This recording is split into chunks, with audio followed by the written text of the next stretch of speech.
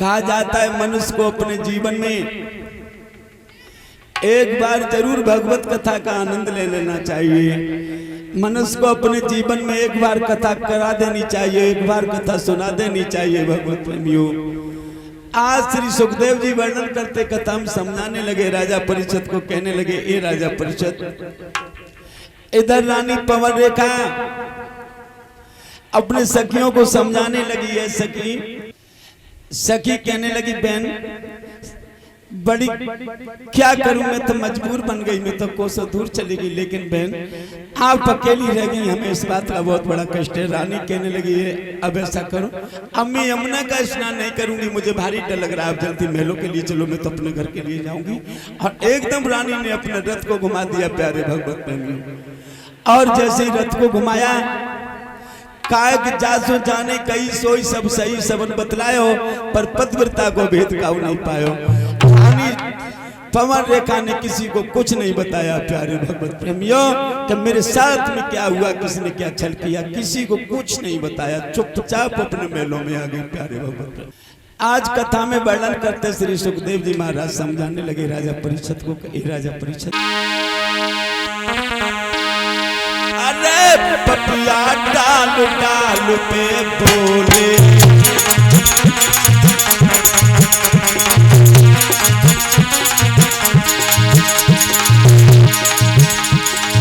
पपिया डाल डाल पे बोले, और तू कर रहो के पानी सोले।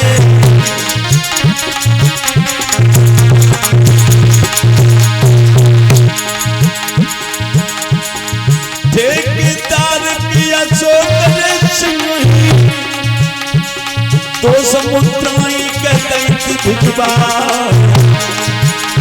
नंगला मुरली से भरिया जाए, इच्छा कभी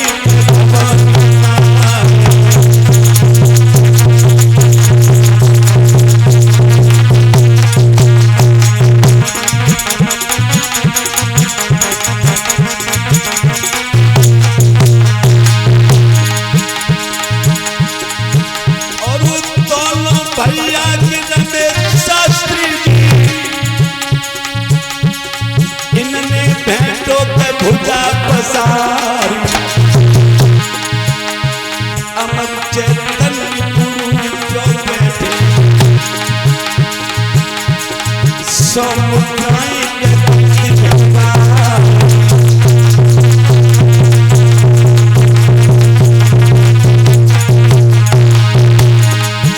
और प्राण से प्यारे के राम राम बाबा, दिल में बिल्कुल कल ही बसा। बहुत भागवत कथा करानी छोड़े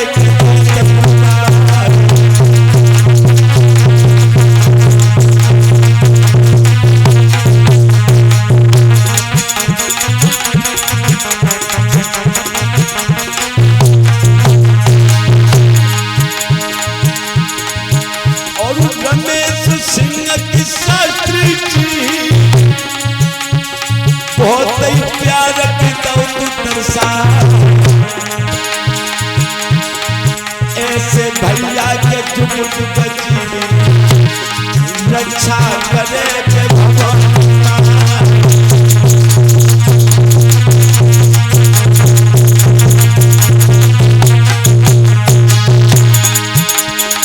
यादो जगनी नाम नामते भैया सबसे बड़ो धर्म से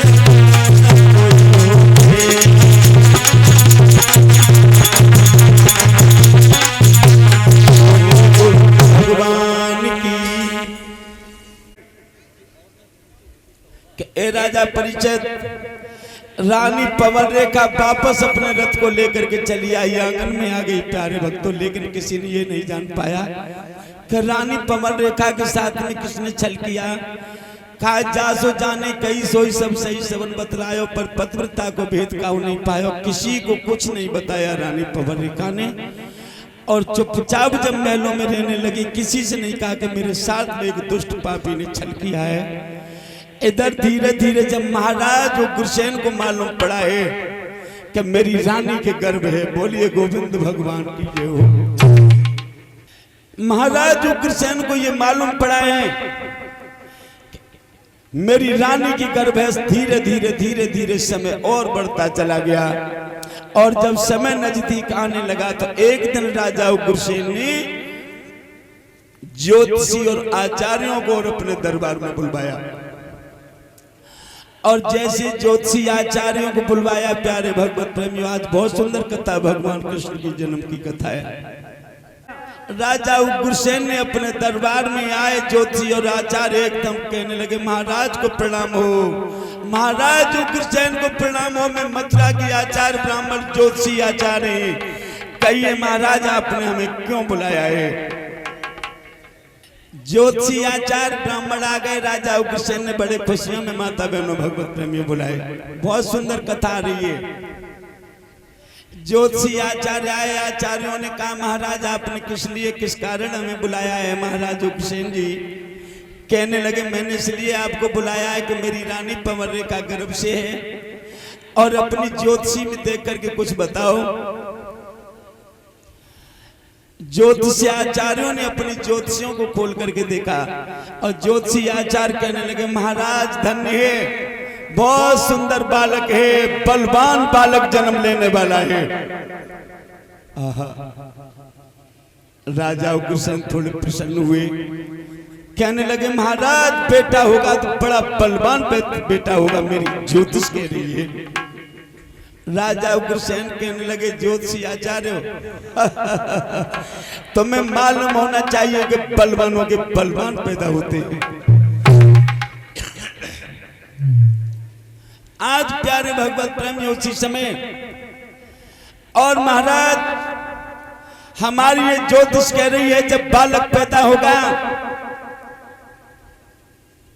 और जब ये बलवान बालक होगा गौशालाएं जलवा देगा, मंदिर तुड़वा देगा, गैयों को कटवाएगा, कुंवारी कन्याओं का हरण कराएगा, आचार्य संत ब्राह्मणों को मथुरा की जेल में बंद करेगा। महाराज क्या बताऊं, मेरी ज्योतिष कह रही है। राजा उग्रसेन बैठे बैठे सुन रहे हैं प्यारे भगवत प्रेमी।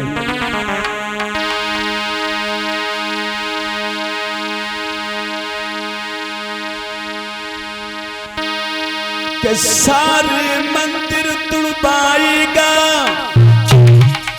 और गौशालाएं जलवाएगा,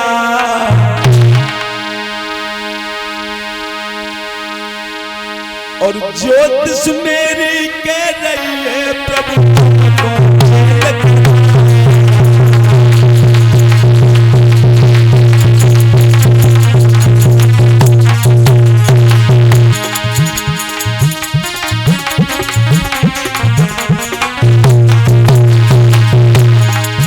और ज्योतिष मेरी कह रही है प्रभु को जेल कराए।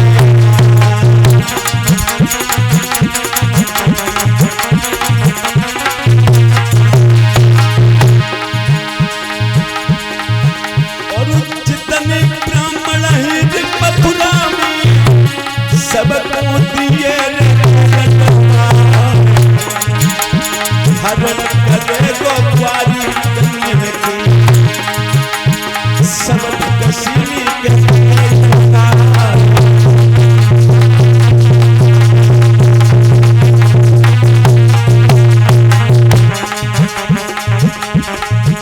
ऐसो बेटा पैदा हो गए, ज्योतिष मेरी कह रही घर में हो गए, ज्योतिष मेरी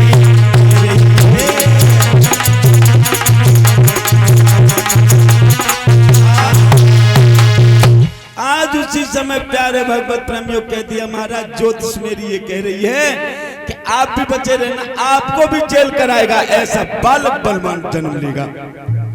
प्यारे भगवत प्रेमियों उसी समय राजा उग्रसेन समझ गए और ज्योतिषी आचार्यों को दक्षिणा दी और कह दिया आप जल्दी जाओ। सारे के सारे ज्योतिषी आचार्य वहीं से भगा दिए, दक्षिणा दे दी, नेक दी और कह दिया आप लोग जाओ। राजा उग्रसेन मन में सोचने लगे ये भगवान, बालक होगा तो ऐसा पैदा होगा सारी मथुरा नगरी को तबाह कर देगा, गौशालाएं चलवाएगा, मंदिर तोड़वाएगा, कुंवारी कन्याओं का हरण कराएगा, आचार्य ब्राह्मणों को जेल में डलवाएगा। और ज्योतिष आचार्य कह रहा है कि मुझे भी जेल में डलवाएगा। मन में सोचने लगे मुझे ऐसे पुत्र की जरूरत नहीं है। राजा उग्रसेन सोचने लगे मुझे ऐसे पुत्र की कोई जरूरत नहीं। प्यारे भगवत प्रेमियों, देखा धीरे धीरे धीरे धीरे समय व्यतीत होता चला गया और उस बालक ने जब जन्म लिया है, आज वर्णन करते श्री सुखदेव जी महाराज कहते हैं राजा परीक्षित जब बालक ने जन्म लिया है तो यहाँ तक विद्वानों ने बताया है कि जब भगवान कृष्ण ने जन्म लिया था तो अंधेरी रात थी, उससे भी ज्यादा अंधेरी रात थी जब कंस ने जन्म लिया। माता बहनों भक्तों, और जब कंस ने जन्म लिया है तो यमुना की पारी बादल इतनी जोर से धड़के हैं। प्यारे भगवत प्रेमियों, यमुना की पारी हिल गई है, इतनी तेज पारी हिली कि पानी बरसाने तक पहुंच जाता है यमुना का। प्यारे भगवत प्रेमियों, सारी मथुरा हिल जाती है जब उस बालक ने जन्म लिया है। प्यारे भगवत प्रेमियों, आकाश मार्ग से कोहराम मचने लगता है, तड़ातड़ बिजली गड़गड़ाती है, बादल गरज रहे हैं। प्यारे भगवत प्रेमियों, ऐसा अंधेर सा मच गया, सारी मथुरा में हल्ला हो गया। आज कोई आया है, किसी राक्षस का पैर रखा है। प्यारे भगवत प्रेमियों, उसी समय और जब बालक ने जन्म लिया है और दासियां उस बालक को ला करके सेनापति अक्रूर के हाथ में दे दिया, कह दिया महाराज ये महाराज को मुद्रा से अर्पण कर दी जाए, उत्तराधिकारी ने जन्म ले लिया है। अक्रूर सेनापति ने बालक को गोद में लिया और सीधे दरबार में भागते हुए चले गए। महाराज हो, अरे उत्तराधिकारी आ चुका है, उत्तराधिकारी ने जन्म ले लिया। महाराज युवराज है, युवराज जो कहा है प्यारे उसने सेनापति अक्रूर ने, महाराज युवराज ने जन्म लिया है। आप देखिए महाराज चिल्लाते हुए जब अक्रूर आए, राजा उग्रसेन कहने लगे अक्रूर ठहर जाओ, चिल्लाओ। अक्रूर कहने लगे महाराज युवराज ने जन्म लिया, खुशियों का समय इस समय। कहने लगी अक्रूर मैं कहता हूं शांत हो जाओ, चिल्लाओ मत। अक्रूर सोचने लगे, कहने लगे महाराज शायद हम इसलिए कह रहा हूं बालक ने जन्म लिया है इसलिए कुछ ज्यादा ही बोल गया महाराज, क्षमा मांगता हूं। सुंदर पुत्र है, सिडोल जंगाए है, मस्तक चौड़ा है, छाती चौड़ी है, मस्तक पर तेज है, सुंदर बालक है, सिडोल जंगा है, शरीर पूरा सुंदर है, छत्री रूप है बालक में। कहने लगे हमें सब कुछ सुन रहा हूं लेकिन शांत हो जाओ। बालक ने जन्म लिया, ये बालक है इसलिए मैं आया हूं। अक्रूर से कहने लगे राजा उग्रसेन मुझे ऐसे बालक की कोई जरूरत नहीं है जिस बालक को तुम लेकर के आए हो। बोले महाराज फिर इस बालक का होगा क्या? बोले मार करके फेंक दो उसको जमुना में, लेकिन मेरे सामने लाने की जरूरत नहीं है अक्रूर, मुझे इस बालक की कोई जरूरत नहीं है। मंदिर तोड़वाएगा, गैया कटवाएगा, धर्मशालाएं जलवाएगा, कुंवारी कन्याओं का हरण कराएगा, मुझे ऐसे पुत्र की जरूरत नहीं है जो मेरी प्रजा पर जुल्म ढाएगा। बोले महाराज क्या होगा? अक्रूर कहने लगे, उग्रसेन कहने लगे मैंने कह दिया कि इसे मार करके यमुना में फेंक दिया हो, मुझे इस बालक की कोई जरूरत नहीं। बोले महाराज इतना पाप तो मैंने कोई निठुर नहीं देखा जितने आप निठुरता की बात कर रहे हैं। बोले मैं कह रहा हूं अक्रूर तुम मेरे सेनापतियों से मार करके यमुना में फेंक करके आओ, मेरा हुक्म है। प्यारे भगवत प्रेमी उसी समय अक्रूर उस बालक को लेकर के चल दिए हैं मारने के लिए, यमुना में फेंकने के लिए। अक्रूर राजा कोकुमे और अक्रूर माता बहनों भगवत प्रेमी उस बालक को लेके चले यमुना में फेंकने के लिए। आज राजा का हुक्म माना है, राजा ने कह दिया मुझे इस बालक की जरूरत नहीं है, अक्रूर से बालक को मार करके यमुना में फेंक करके आओ। बोले महाराज आपको इतना क्रोध क्यों है, बालक को स्वीकार कर लीजिए। बोले नहीं, मैं इस बालक को नहीं चाहता हूं, इस बालक को मार करके यमुना में फेंक दो। अक्रूर चले, उस बालक को ले लिया और बालक को ले जा करके यमुना के किनारे अक्रूर पहुंच जाते हैं प्यारे भगवत प्रेमियों।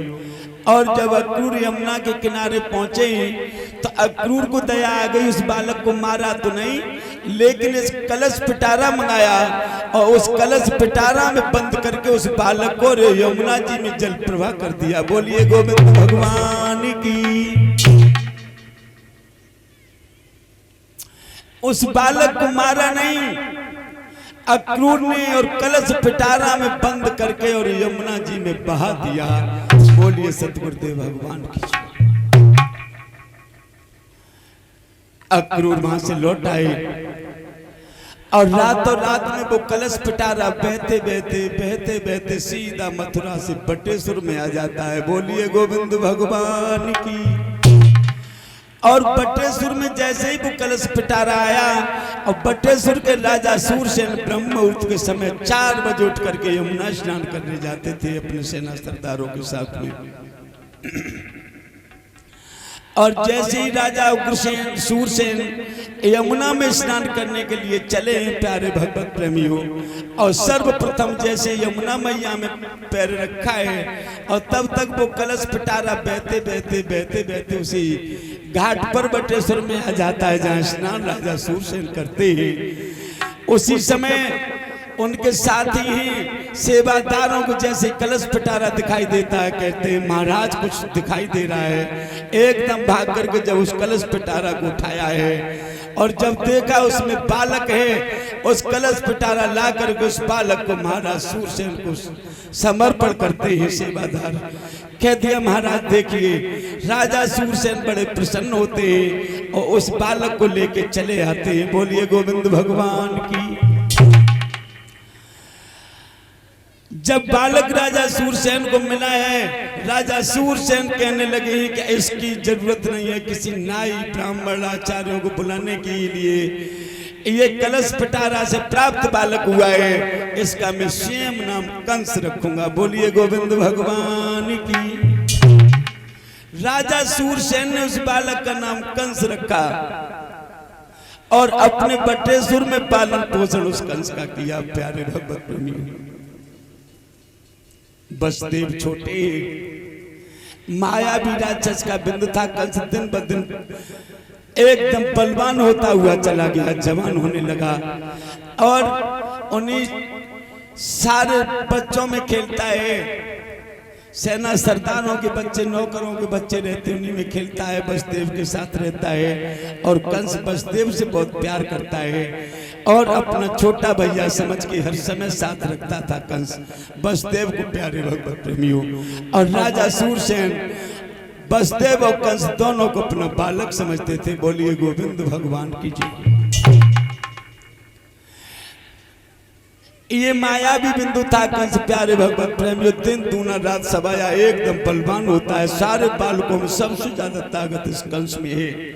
एक दिन चला गया और जाकर के बालकों में खेल रहा है, झगड़ा हो गया तो उसने ऐसा किया, इतना मारा उन बालकों को, इतना मारा, इतना घसीटा, किसी का हाथ तोड़ दिया, किसी का पैर तोड़ दिया, किसी का कान ही उखाड़ के फेंक दिया, किसी की नाक ही खत्म कर दी, किसी का गाल ही खत्म कर दिया, किसी की गर्दन मरोड़ दी, किसी की कमर से किसी को टेढ़ा कर दिया, किसी को लुंजा कर दिया। प्यारे भगवत प्रेमियों, कंस ने ऐसा मारा कि सारे बालक अंग विहंग कर दिए। बोलिए गोविंद भगवान की जय।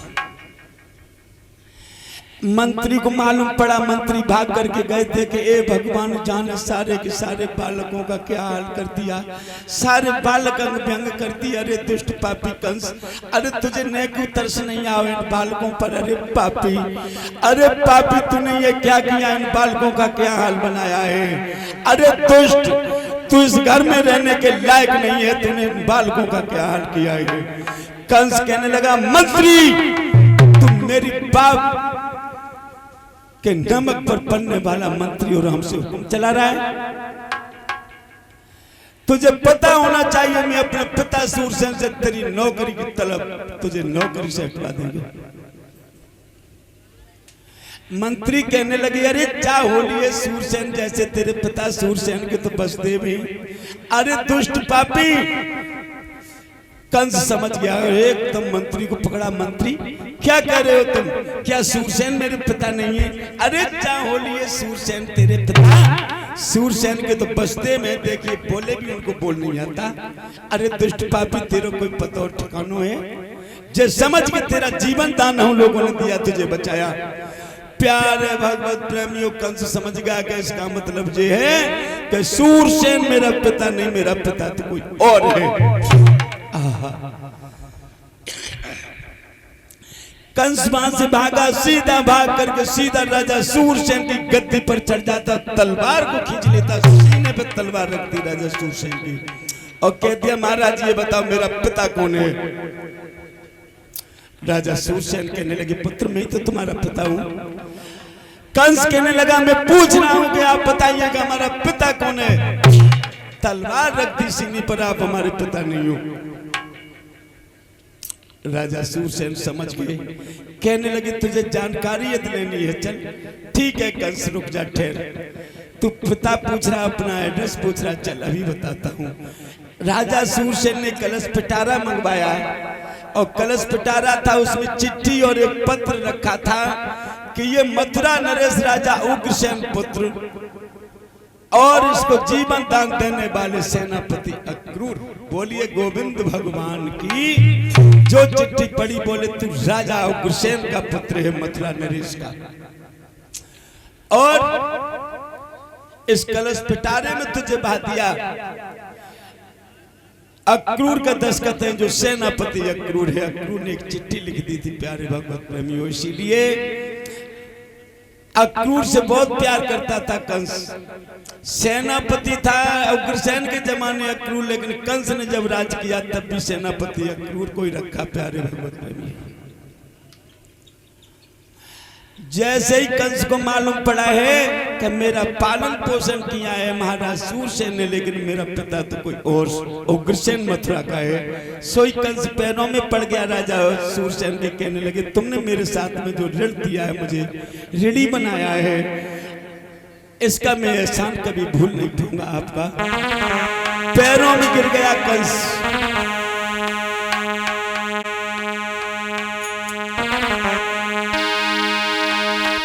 कि तुम लगो धर्म के पिता, अरे कोई चरण तुम्हारे छूलूं रे, और जीवन भर में ऋणी रहूं एहसान तेरो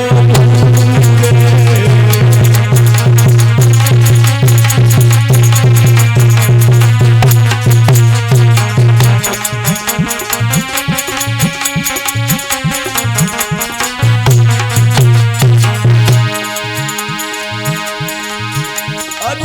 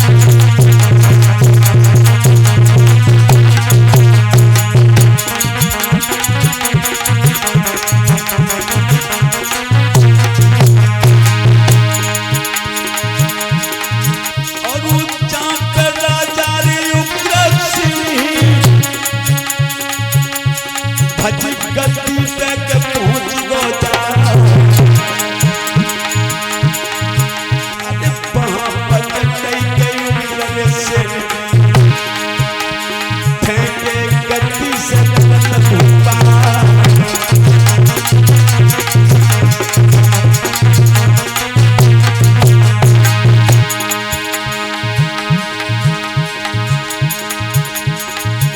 और देर करी नहीं पर कंसनी भज की छाती पे बैठ गो जाए। पैर पकड़ लो के कंसल धूप में और भगसीनी के फेंक दो जाए।